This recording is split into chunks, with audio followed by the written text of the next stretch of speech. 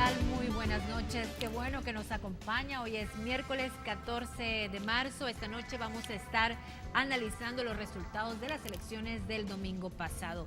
¿Qué mensaje le está enviando la población a los diferentes partidos políticos? La nueva aritmética legislativa nos pone frente a qué tipo de negociaciones.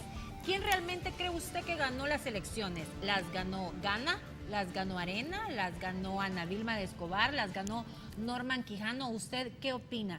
Estamos viendo ya la próxima carrera presidencial. En fin, hay mucho que analizar de cara a estas elecciones del domingo pasado. Nos acompañarán los analistas Dagoberto Gutiérrez y Francisco Bertrán Galindo. Por favor, si usted quiere opinar o quiere participar, búsquenos en las redes sociales a través de programa de televisión Sin Su Permiso en Facebook y búsquenos también en Twitter a través de nuestras cuentas personales de Ana, de Lorena y de Francesca. En unos momentos van a estar saliendo nuestras direcciones. Como todos los miércoles me acompañan mis colegas Ana Giralt. Ana, buenas noches, bienvenida. Buenas noches.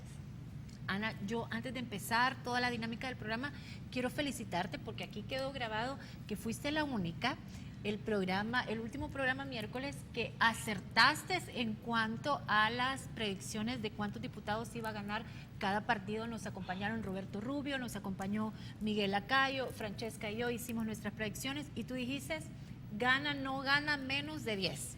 Es que era bien predecible, es decir, yo no entendía por qué algunos insistían en decir que gana. Algunos, que todos los que estábamos en la mesa, insistíamos que no iba a pasar de 6. Que no iba a ganar o que gana e iba a quedar igual que el PCN.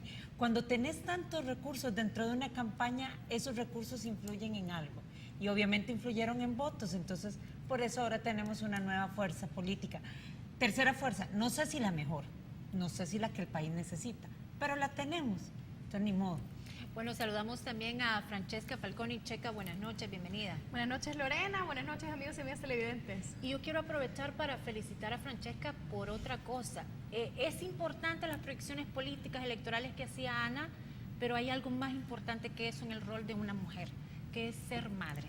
Yo quiero felicitar a Francesca porque en unos cuantos meses vamos a tener un bebé. Vamos a hacer tías. Sin su permiso. Así es, Muchas felicidades así por es. ese embarazo, Checa. Bueno, para gracias, ti, para tu Lorena. esposo, para tus hijos. Gracias, Lorena, gracias, Ana. Pues sí, la Gloria Ruth va a ser abuela por tercera vez. Un saludo a la Gloria Ruth, así que estamos contentos, no importa si es varón o niña, con tal de que venga sano y pues aquí lo vamos a querer bastante.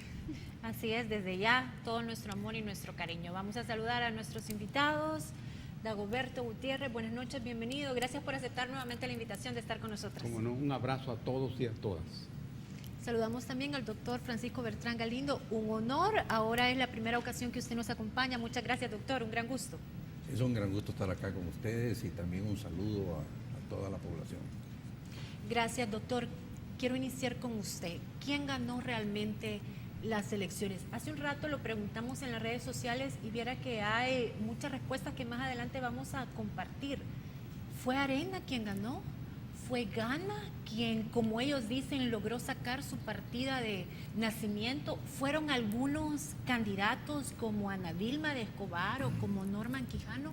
¿Cuál es su opinión? Bueno, esta forma de elecciones que se están eligiendo 84 diputados de 14 distritos electorales y 262 gobiernos locales, obviamente manda una cantidad de mensajes por todos lados, porque responde más en muchas partes a cuestiones locales, cosas tienen que ver con qué hizo o qué no hizo cada uno de los candidatos, especialmente con la figura esta de las caras y las banderas.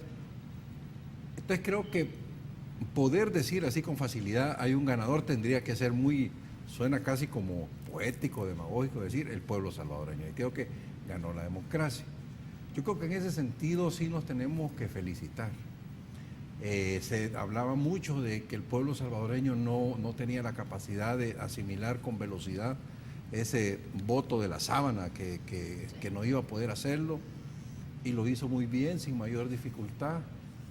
Creo que ha demostrado también algo que para mí es fundamental, y es que los dos partidos grandes de este país son partidos que juegan a seguir jugando. O sea, no son partidos que están puestos para ir a una elección y solo ganar.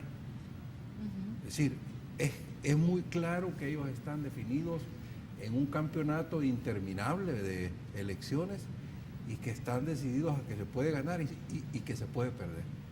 Y eso les genera problemas, los readecúa, los obliga a hacer sus revisiones, las hacen mejores, las hacen peores, no importa. El punto que tenemos una institucionalidad de partidos que yo personalmente la siento sana para el país. Y que haya una derecha sólida, que haya aguantado lo que le pasó con la separación de los diputados que después hicieron gana, o que el Frente que aguantó la separación de los renovadores, del Partido Socialdemócrata antes, en fin, y que hayan demostrado capacidad de reconformarse y de estar en la pelea y ser las marcas triunfantes, a mí me parece que eso es bueno para el país. El país necesita una buena oposición. Parte de lo que creo que le ha pasado al presidente Funes es que se quedó sin oposición, porque Arena se dedicó más que a hacer oposición del gobierno, a estar viendo qué estaba haciendo la gente de Ghana, y estaban más preocupados porque no les hiciera más daño dentro de esa estructura a hacer oposición. Y eso debilitó las decisiones del presidente, porque cuando uno no tiene contrario, entonces cree que puede decidir cualquier cosa. Pero, doctor, y me paso a Dagoberto, debilitó las decisiones del presidente, pero afectaron al FMLN en cierta forma, porque el FMLN tuvo una pérdida, quizá no, yo creo que en el área legislativa era previsible, pero en la parte municipal el FMLN ha recibido un golpe político bien duro, porque ha perdido terreno bien importante. Esa reflexión tuya es parte de la pregunta. ¿Quién ganó? Y eso tiene por lo menos tres aspectos. Si yo me pregunto quién ganó, también me estoy preguntando quién perdió. Tratándose de una elección, si alguien gana, eso significa que alguien pierde. Primer aspecto. Segundo aspecto, la victoria o la derrota es electoral o es política. Es otro aspecto. Porque se distribuye la derrota y se distribuye la victoria. ¿Qué ocurre en esta coyuntura? Electoralmente, uno incluso puede apreciar un cierto equilibrio electoralmente, pero es justamente en el terreno político en donde se puede apreciar con más justeza lo que verdaderamente ocurrió. Es en el terreno político. ¿Y qué ocurrió en el terreno político? En el terreno político, el partido FMLN es sorprendido y el partido Arena también es sorprendido. Ambos partidos fueron sorprendidos, precisamente por algo que el pueblo maravilloso descubrió. Una cosa es ejercer el voto y otra cosa es usar el voto. Son dos cosas diferentes. Jurídicamente la figura que se usa es el ejercicio del derecho del sufragio.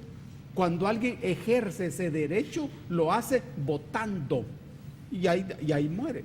Pero aquí no. El pueblo aprendió a usar el voto para dar un mensaje, no a Arena, sino al partido FMLN. Por eso, en esta coyuntura, cerca de 100,000 votos que en la elección anterior habían estado en manos del FMLN, hoy le fueron retirados. Entonces el FMLN es el gran perdedor de esta elección al final. Como usted decía, solo falta delimitar quién es el gran ganador. Pero déjame terminar esta reflexión del uso del voto. El pueblo usó el voto, retiró el voto. Una parte de la gente consideró que no había por quién votar. Es una decisión política. Y aquí fue usada magistralmente. Le retiran al FMLN esos votos, pero no pasan a Arena. Si porque Arena no creció mucho. No. Es decir, no es un proceso de derechización, no. ¿no? Arena creció un poquito, pero no es una cosa significativa. Políticamente, quien perdió es justamente el partido FMLN, a partir del uso político del voto. Y esta figura es importante. La gente usó el voto y dijo, no vuelvo a votar por esos por los que voté hace 2 años. Es una especie de castigo político. Electoralmente no hay cataclismo, no. Y uno puede decir, bueno, hay hasta equilibrio. No es exactamente así, no, porque en el tema electoral un diputado hace la diferencia, Dios me guarde. Pero políticamente sí. Para el partido FMLN, perder Soyapango, perder a Popa, eso es cataclísmico, perder mexicanos. Anoche yo oí a un dirigente del FMLN decir, no hay ningún problema, es que hoy perdemos aquí, sí, pero ganamos Quelepa. Y acá. Hoy perdimos aquí, pero ganamos La Palma. Bueno, si uno lo mira electoralmente, a lo mejor es cierto, ¿verdad? A lo mejor es cierto que vos perdés aquí y ganás aquí. Sí, pero si lo miras políticamente, no es cierto. No, perdió mucho. Es incomparable Soyapango con Quelepa, que me perdonen los habitantes de Quelepa, por supuesto, todo es importante, pero políticamente no. El análisis se sitúa fundamentalmente en el terreno político. Pero ¿quiénes son esos 100,000 votos que utilizó para mandar un mensaje político que usted está bien explicando, don Dagoberto? Esos 100,000 votos es el voto flotante, el voto que nunca había tenido el FMLN y que lo tuvo en las elecciones pasadas por la figura de Mauricio Funes. No es un voto flotante. Y esto se explica por la naturaleza de la votación anterior. Una parte de la gente votó por Mauricio y no por el FMLN. Otra parte de la gente votó por el FMLN y no por Mauricio. Otra parte de la gente no votó ni por Mauricio ni por el FMLN, sino en contra de Arena. ¿Ves? Es un voto como cruzado, bastante complejo, con voto complejo. Entonces, ese voto es previsiblemente originario en la pequeña burguesía o clase media. Ese voto hoy no ha ido a dar de nuevo al FMLN por el desencanto, el desengaño, el malestar y por la ofensa intelectual. Ahora, pero ¿cómo? Tengo que ir a una pausa y te prometo que regresamos con tu pregunta. Ya volvemos con el segundo bloque de esta interesante entrevista. El vestuario de Sin Su Permiso es gracias a Cherry Store. Encuentra sus prendas en Zona Rosa, calle La Reforma, local 5A. Cherry Store, siempre a la moda.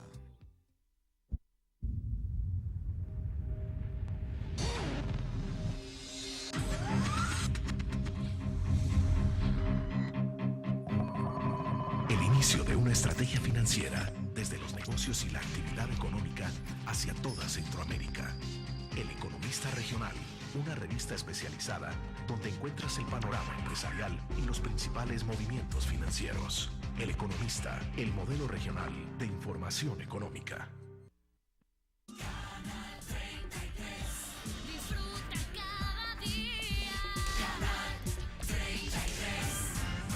Televisión salvadoreña. Tenemos el espacio para hablar de los temas que a ti te interesan saber. Nuestra trayectoria nos permite conocerte. Hablamos de salud, moda, belleza, espectáculos.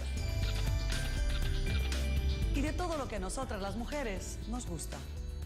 De mujer a mujer, de lunes a viernes a la 1:30 de la tarde. Por Canal 33.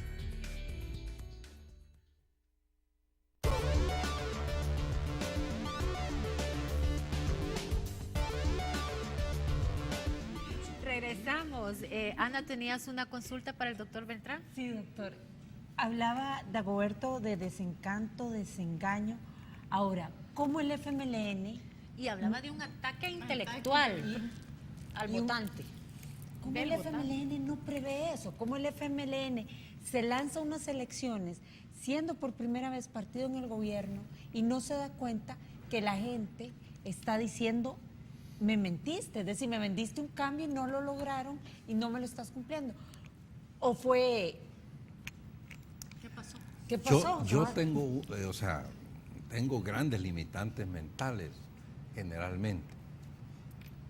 Pero si en algo es obvio, mis limitantes mentales es tratar de comprender cómo piensa el frente. Nunca lo he entendido, porque uno ve la razón normal, la razón ciudadana del ser que vive bajo los valores tradicionales del occidente y no esos otros valores que no sé cuáles serán. Entonces, y uno razona y dice, a este punto le sigue este otro punto y debería resultar esta cosa de acá.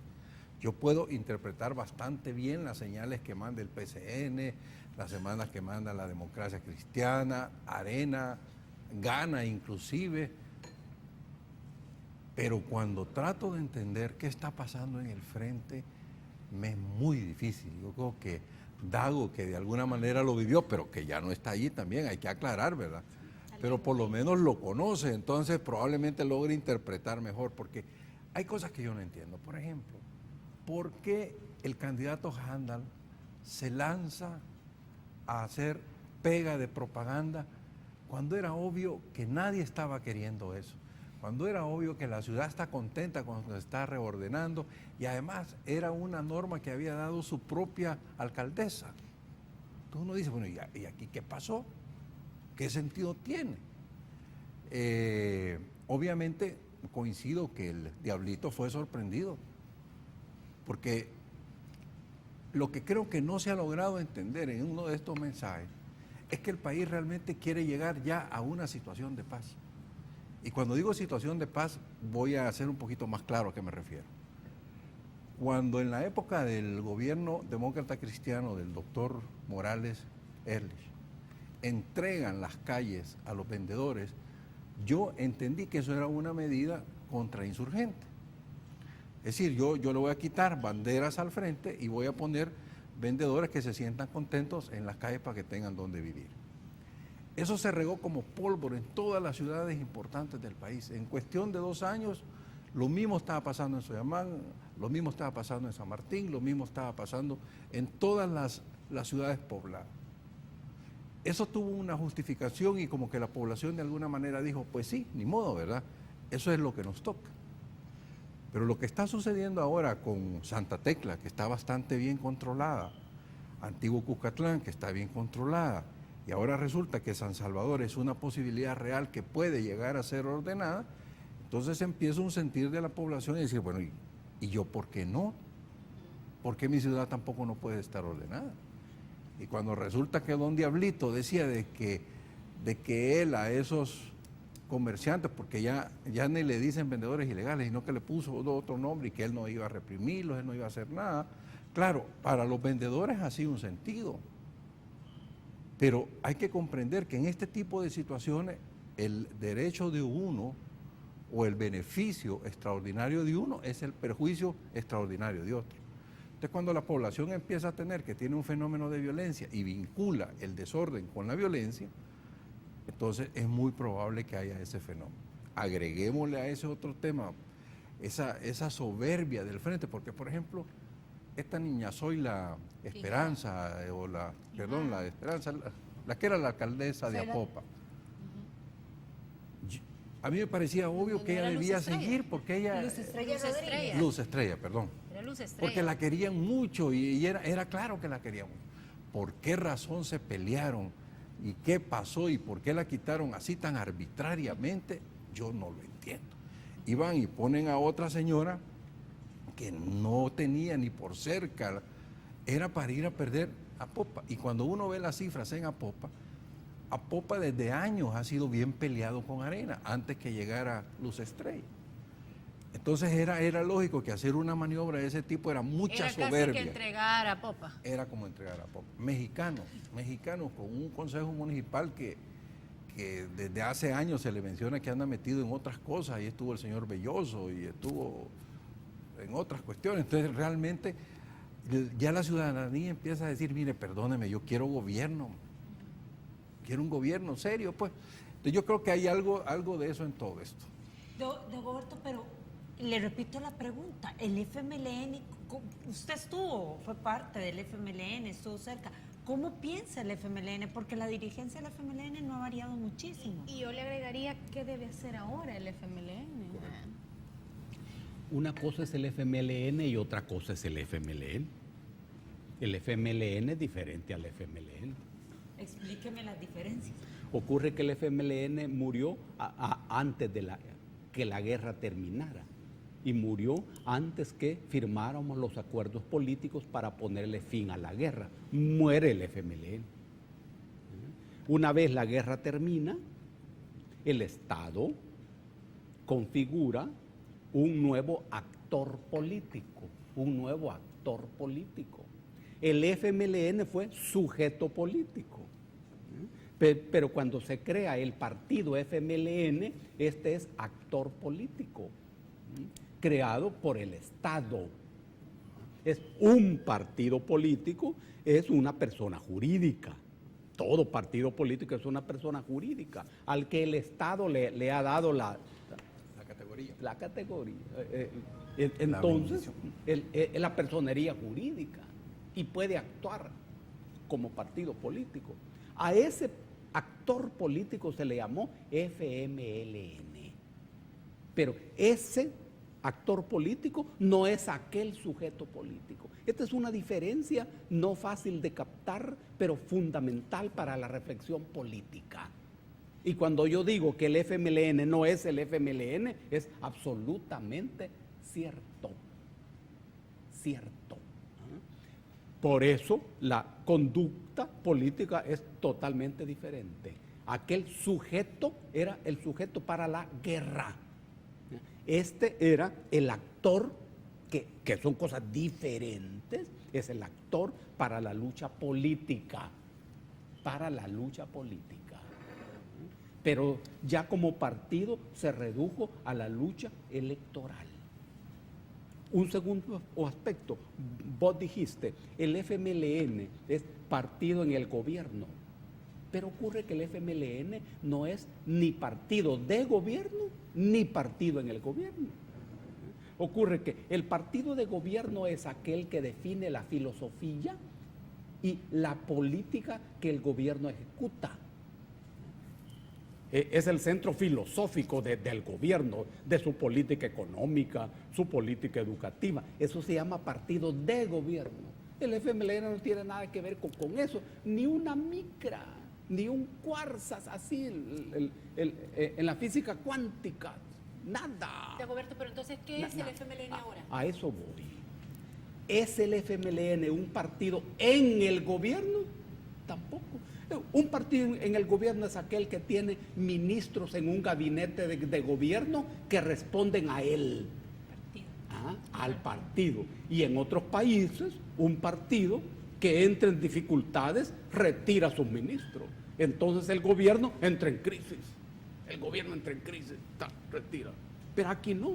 Todos los ministros de Mauricio obedecen a Mauricio y son ministros de Mauricio. No es partido en el gobierno. ¿Qué es entonces? Es un partido gubernamental.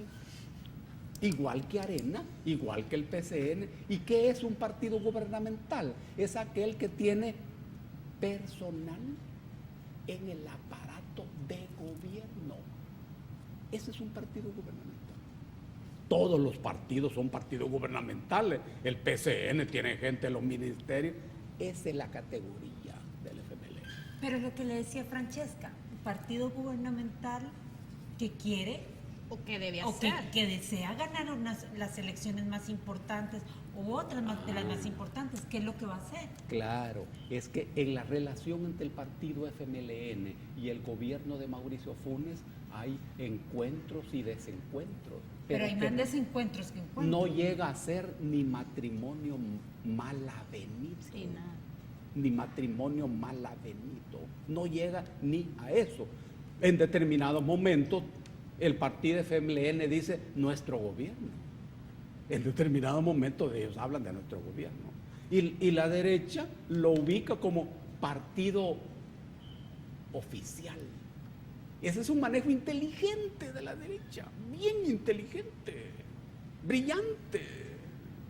Claro, a la gente del FMLN le gusta, y ellos asumen. Claro, pero si vos sos partido oficial, cargas con los errores del gobierno. Robert, y si el gobierno es eficiente, maravilloso, entonces el partido oficial fuerte. Dagoberto, hoy Roberto Lorenzana en otro canal durante la mañana decía, haciendo análisis sobre lo que había pasado, que entre otras cosas tenía que el FMLN replantearse la relación que ha tenido con el gobierno, porque ellos son conscientes que ha sido una mala relación y que les afectó. Por supuesto, claro que sí. ¿Y Mauricio necesita del FMLN? No. ¿Y el FMLN necesita del gobierno? Sí, mira, pobrecitos. El presidente no necesita de ellos. El presidente tiene su partido. ¿Cuál es el partido del presidente? El presidente tiene sus alianzas, tiene sus aliados. ¿Pero cuál es el partido del pero presidente? no son ellos, no son ¿Los aliados ellos. que serían? Gana, por ejemplo, don Dagoberto. Sus alianzas y sus aliados. ¿Pero ¿por qué quiénes no lo son? dice? No necesita del partido FMLN. Porque Y tiene a quién. tiene sus alianzas y sus aliados. Bueno, vamos Pero- a ir a una pero el pausa partido comercial. FMLN sí Tal vez necesita mientras los de él. comerciales nos cuentan quiénes son las alianzas y los aliados. Ya volvemos.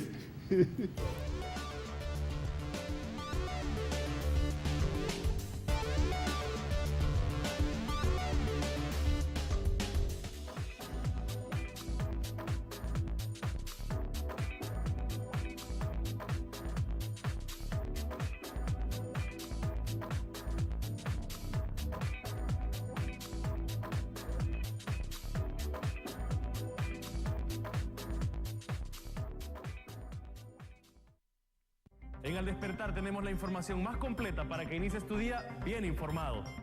Noticias nacionales e internacionales, espacios para la comunidad, deportes y lo mejor de los espectáculos. Esto es Al Despertar, la primera revista informativa.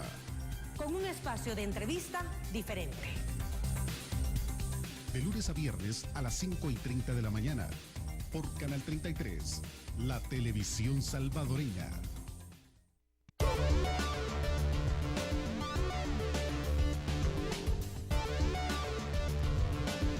Continuamos, doctor Bertrand, dentro de los resultados más importantes a partir de estas elecciones se habla un duro golpe a la cúpula o a la parte más ortodoxa de lo que puede ser el FMLN. ¿Por qué? Porque se perdió la alcaldía de San Miguel. ¿Quién iba de candidato de la alcaldía de San Miguel? El sobrino de Medardo. Pierden la alcaldía de San Salvador. Iba Shafiq Handal, el hijo del líder histórico. Se están perdiendo alcaldías como Mexicanos, como Apopa, como Soyapango. Ha bajado el número de diputados también. La gente no le hizo caso al frente y además votó rostro, no votó bandera como el frente había pedido. Entonces, sí, es un mensaje directo para el partido, para la cúpula y para la línea más ortodoxa del frente. ¿Cómo analiza eso usted? Es un mensaje directo. Ahora, lo que pasa es que este tipo de mensajes requieren inteligencia para ser entendido.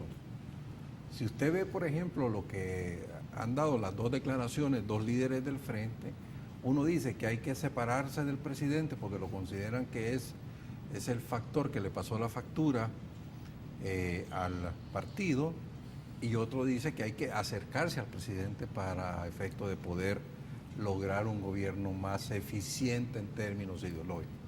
Entonces yo creo que ese tipo de cosas hacia adentro me imagino que van a generar grandes discusiones. No estoy claro de si la van a poder leer bien, porque uno de los problemas cuando los análisis están demasiado ideologizados, y por ejemplo hay líderes que inclusive dentro de sus libros han publicado de que todas las medidas económicas que un gobierno de izquierda haga deben tener contenido ideológico, que es una manera más elegante de decir que deberían ser históricas. Y lo que pasa ahí es que probablemente lo que van a llegar es a una conclusión que esos 100.000 votos que se les quitaron son gente que son del frente, de voto duro, ¿verdad? Y que lo que sucedió es que como no hicieron los cambios con la profundidad que según ellos debían hacerlo y no se lograron los resultados que se hicieron, entonces lo que hay que hacer es que profundizar más los cambios. Y allí hace un poco sentido decir, vamos a juntarnos más al presidente para que haga los cambios que no ha hecho en estos 3 años para ver si eso pasa. Puede ser. Yo en lo personal creo que así como fallaron todas las ofensivas y no hubo realmente ningún levantamiento en ningún lado de todas las ofensivas, es porque había un error conceptual fundamental, y es que el pueblo es conservador. El ciudadano respeta mucho su libertad, respeta mucho su poco sentido de la propiedad que pueda tener, respeta mucho el ser anárquico. Es que el salvadoreño así como que qué bruto, que quiero autoridad. En cambio, cuando usted le plantea en esas lógicas tan autoritarias, casi de corte estalinista, el ciudadano al final no está de acuerdo, no le gusta, pero además el ciudadano quiere resultados. Y hay una cosa que hay que ser claro, en muchos de los gobiernos del frente y también en muchos de los gobiernos municipales de Arena no ha habido resultados y la gente castiga contra resultados. Claro. Ortiz ha hecho un buen trabajo en Santa Tecla, salió sobrado, ahí no había quien le pudiera quitar la alcaldía. El Diablito hizo un mal trabajo en Soyapango, lo castigaron. Yo creo que es un tema que hay que comprender. La política, si bien es cierto, tiene contenido ideológico y tiene programas políticos que deben respetarse, pero también tiene mucho pragmatismo. Claro. Y no comprender, por ejemplo, yo dije una vez, y me recuerdo cuando estaba en Arena, me armaron un gran escándalo, pero yo decía que las necesidades del pueblo no son ideológicas, son objetivas. Un chorro no tiene ideología. Si la gente necesita agua y le pone un chorro, no es que hay un chorro de izquierda y un chorro de la derecha. Es un chorro, punto. Igual que un puente, igual que una clínica. Entonces, igual que recoger la basura. Hay una necesidad de resultados prácticos para vivir en sociedad. Y entonces, cuando uno ideologiza demasiado, entonces pasan las cosas que pasan, porque no le da la prioridad a lo que el ciudadano quiere decir, se aleja del ciudadano. Entonces yo creo que eso es lo que ha pasado acá. Ahora, tienen que repensarlo y yo creo que ellos han demostrado tener habilidad, no sé si con tanta velocidad. Hay un tema más que quiero cerrar acá, y es que la marca Mauricio Funes se termina ya. ¿Se termina ya o se terminó? Yo creo que todavía le queda un rato, pero para los efectos prácticos ya no tiene impacto en la siguiente elección. Don Dago, ¿usted está de acuerdo con que la marca de Mauricio Funes se termina ya? Sí, es correcto ese juicio. Ocurre que Mauricio no es un político histórico, no es dueño de ningún proyecto político, no es un luchador social, tampoco un reformador, no. Pero es el presidente. Claro. Eso es muy temporal. Las calidades de las personas son permanentes. Ese es un cargo pero público. Por ejemplo, el frente va a necesitar, y usted lo decía en el anterior corte, el frente va a necesitar más de Mauricio Funes que Mauricio Funes del frente.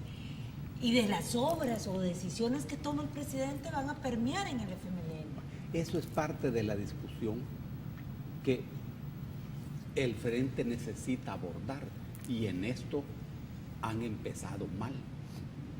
porque están dando opiniones diferentes en temas tan delicados como la relación con el gobierno. En ese tema tiene que haber bastante unanimidad, bastante, ya, claro, es un tema muy delicado. Y uno está diciendo una cosa y otro diciendo otra cosa. Eso es fatal. Entonces, uno piensa que no van a lograr interpretar correctamente lo que ha ocurrido. No van ¿Cuál es la interpretación correcta que tiene que hacer el FMLN de lo que ocurrió? Ellos necesitan escuchar a la gente. Y yo tengo muy en cuenta algo que me ha impresionado. A un año de los acontecimientos en Japón, el gobierno conmemora los hechos. Y el primer ministro da una declaración donde dice: señores, nos equivocamos. No fuimos capaces de salvaguardar la seguridad del pueblo. No fuimos capaces de dar seguridad a las plantas nucleares. No fuimos capaces de reaccionar con justeza y con premura. Y uno dice, ¿qué gobierno más serio es ese? ¿Qué gente más seria, más responsable?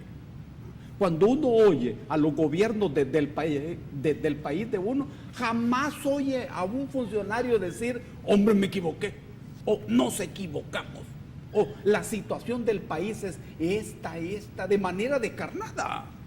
No, siempre que dan declaraciones, todo está bien, y la gente sabe que todo está mal. Es decir, es un problema de inteligencia política. El Frente ha puesto un comunicado, Dagoberto, en el que dice que están claros que van a hacer un análisis. No están diciendo que todo está bien, que tienen que hacer un análisis y que se comprometen con la gente para identificar cuáles fueron sus fallas. Correcto, pero ese papel está bien.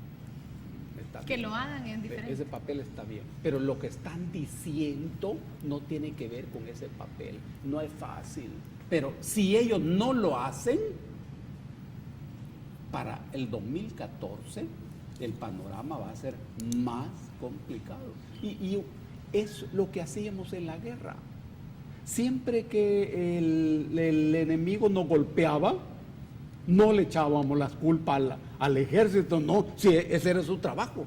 Y examinábamos atentamente lo que había pasado, tratando de descubrir nuestras debilidades y lo superamos. Pero para eso se requiere una gran capacidad de la autocrítica. Mucha cabeza política, mucha cabeza política.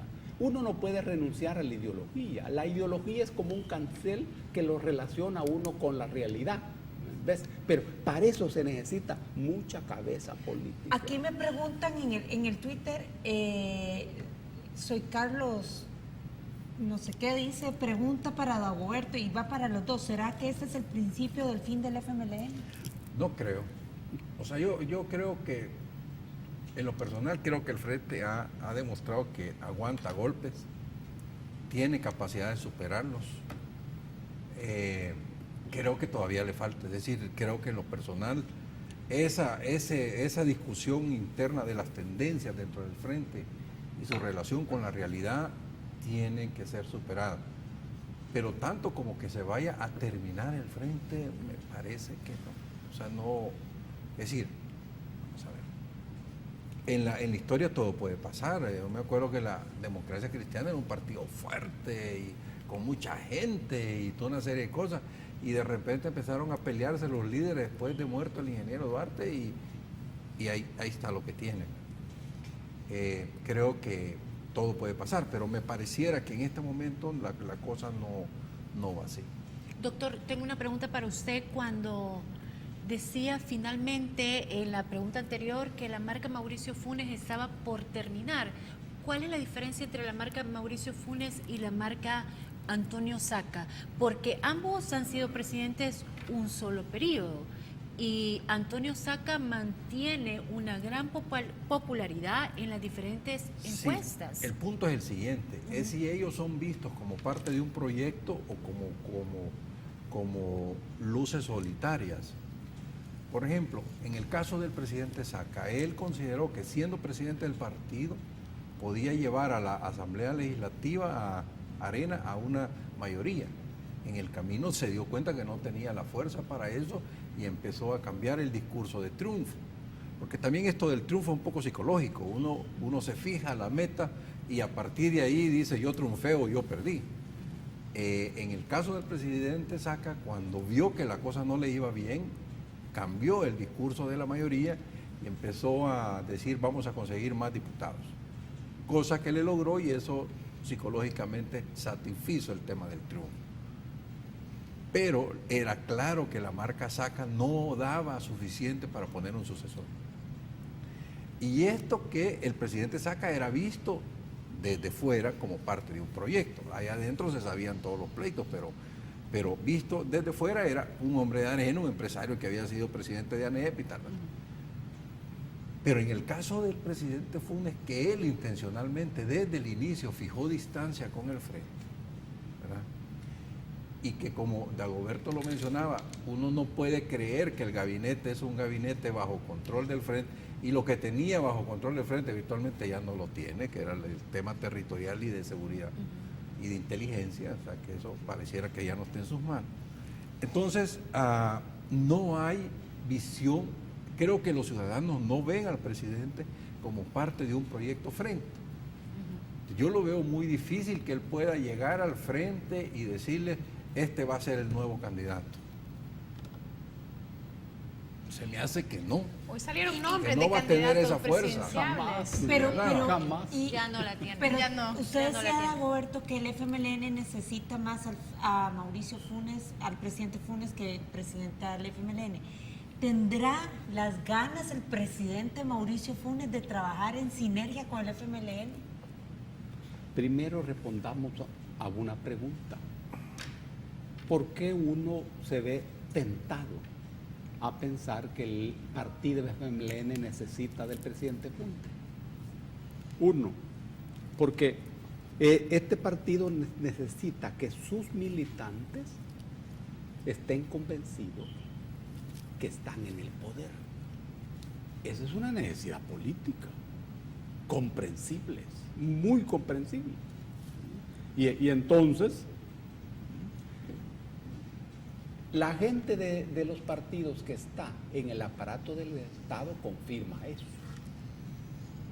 Y eso fortalece a la cúpula, le da sentido al trabajo de la cúpula de los partidos. Por eso se establece la necesidad.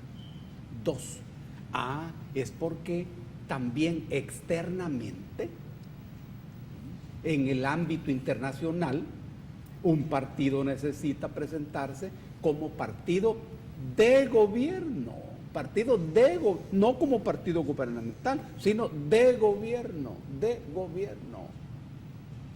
Tres, y aquí coincide el presidente con el partido FMLN, es que el gobierno se presenta como gobierno de izquierdas en el concierto internacional. Mauricio no lo dice mucho internamente, pero en ciertas entrevistas internacionales, maravilloso, Mauricio, maravilloso. Él dice, sí, bueno, este es el primer gobierno de izquierdas, bien listo, porque eso le da prestigio internacional. Claro, primer gobierno de izquierdas, y no se derrumba el mundo. Y el partido también necesita eso, pero más el partido que Mauricio. Ahora, por eso es que esta es una relación tensa, muy tensa. Mauricio desconoce al partido desde la misma campaña electoral presidencial. Ahí se rompe y desaparece todo. ¿Ves qué drama? Sui generis. Y Mauricio se convierte en un presidente sui generis. ¿Qué presidente es aquel que rompe con el partido que lo lleva de candidato en la propia campaña electoral? Porque la pregunta es, ¿y con quién vas a gobernar? Porque uno necesita una fuerza política que lo sostenga. Si no, está solo. ¿Está solo el presidente Funes? No. ¿Con quién Él tiene una cosa muy clara, es su gobierno con los Estados Unidos. Por eso el gobierno Funes es el gobierno más vinculado a los Estados Unidos que yo recuerde, mucho más que los gobiernos de Arena. Pero aquí en El Salvador, ¿con quién está el presidente Funes? No lo quiere decir, vamos. ¿Quién? Yo sé que los televidentes lo saben perfectamente. Pero ¿por qué no lo quiere decir usted, Dagoberto? Pues que nos manden los televidentes la respuesta. No, si los televidentes ya lo van a están, mandar, no, ya ellos lo están van a diciendo mandar. por qué no contesta Dagoberto esa pregunta. Dice, mi pregunta es, ¿de dónde salió el voto de Ghana? Dice No, también. que conteste Por el anterior, eso. que conteste el anterior. Sí, está que no se vaya por ese lado. Está relacionado con Funes. Es una buena pregunta, porque en el caso de Ghana, yo considero que es el partido que tuvo victoria electoral. El FMLN, el FMLN mantuvo su votación, pero Ghana hoy tiene unos votos propios. Y ellos lo dijeron. Ellos lo dijeron. Son la tercera fuerza, es su propia fuerza. Ellos sí ganaron en esta cancha electoral. Tenemos que Es ir el primer partido, el único partido que a ha la ganado. última pausa electoral, pausa comercial. Ya volvemos.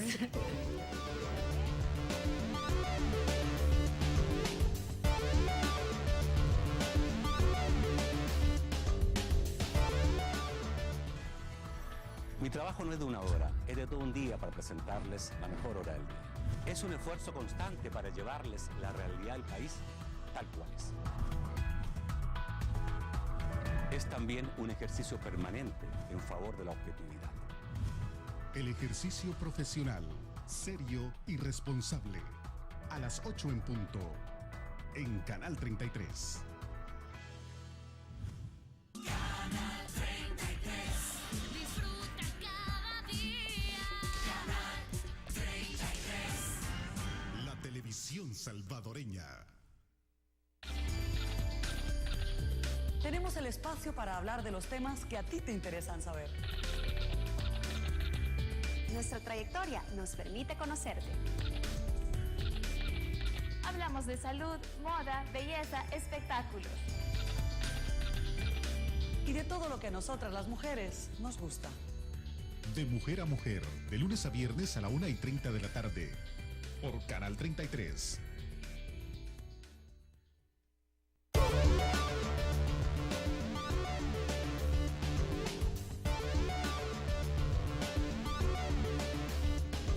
Continuamos, tenemos varios mensajes en nuestra página de Facebook. También quiero agradecer a todas las personas que nos están escribiendo en el Twitter. Realmente ustedes saben lo que es televisión, es dificilísimo poder leer todos los comentarios, pero vamos a tratar de leer los más que podamos. Cuando preguntamos hace un rato qué mensaje le está enviando el pueblo al FMLN, Paul Monroy nos dijo que El Salvador no desea un partido comunista repleto de gente incapaz, sino que si van a ser una izquierda racional y cumplidora de la ley, entonces sí sean bienvenidos. Asunción Paleca dice, el mensaje que le envía es que aprendan a gobernar también para la clase media, de la cual son 3 clases, recordemos la clase media pobre, la clase media media y la clase media alta. Guillermo Quintanilla dice, ya no engañan ni a su misma gente, muestra más de 1 millón de votos faltantes comparados con el 2009. 1 millón, dice Guillermo, pero no fueron realmente 1 millón.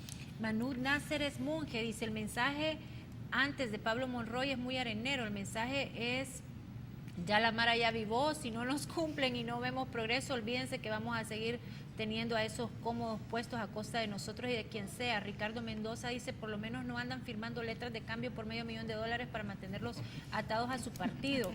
Leonel Cruz dice, el mensaje es que tienen que dejar de imponer a gente que no tienen la capacidad, ni el carácter, ni el carisma para solucionarle al pueblo sus problemas. El pueblo necesita que les den soluciones, que les den apoyo, que demuestren que están de verdad con el pueblo. Edwin Ernesto Lima dice, el mensaje es para todos los candidatos electos, que sean rojos, anaranjados, morados, como sean, a trabajar. La brecha que han abierto Norman Quijano, Milagro Navas, Óscar Ortiz es grande y si todos la tratan de igualar o superar, seremos un mejor país. Raúl Ibáñez dice, a mí no me importa quién gane, porque con 20 años de Arena estábamos peor que el gobierno de Funes, estamos mucho peor, pero por los 20 años de Arena les aseguro que así es. En fin, tenemos muchísimos comentarios, análisis que vamos a dejar en nuestras páginas para que nuestros analistas puedan Aquí hay otro. recibir. No sé si hay algo más. Hay uno bien de Pechuga 79, dice: esto es sin tanto análisis. Partido que no trabaja, no gana. Es bastante brillante, al final eso es lo que hemos estado hablando, ¿no? De que al FMLN en cierta forma se le está resintiendo eso. Yo lo que creo es que, por ejemplo, vamos a ver, veamos el Ejecutivo. El Ejecutivo se plantea con una gran esperanza que presente el presidente Funes.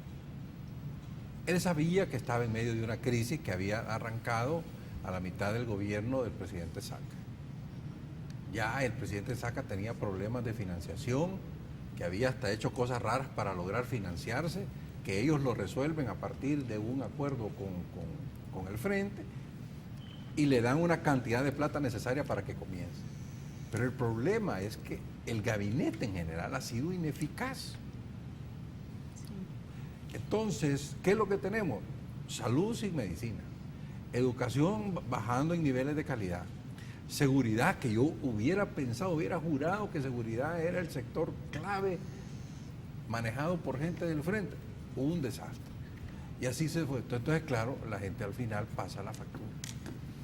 Ahora, en el caso de los gobiernos municipales también, ese pleito, yo creo que el Frente tiene que dar un cambio, pensaría yo, en esa su disputa interna entre lo que es gente del Partido Comunista y gente de las FPL, que todavía está ahí, hay un cierto conflicto que se anda dando.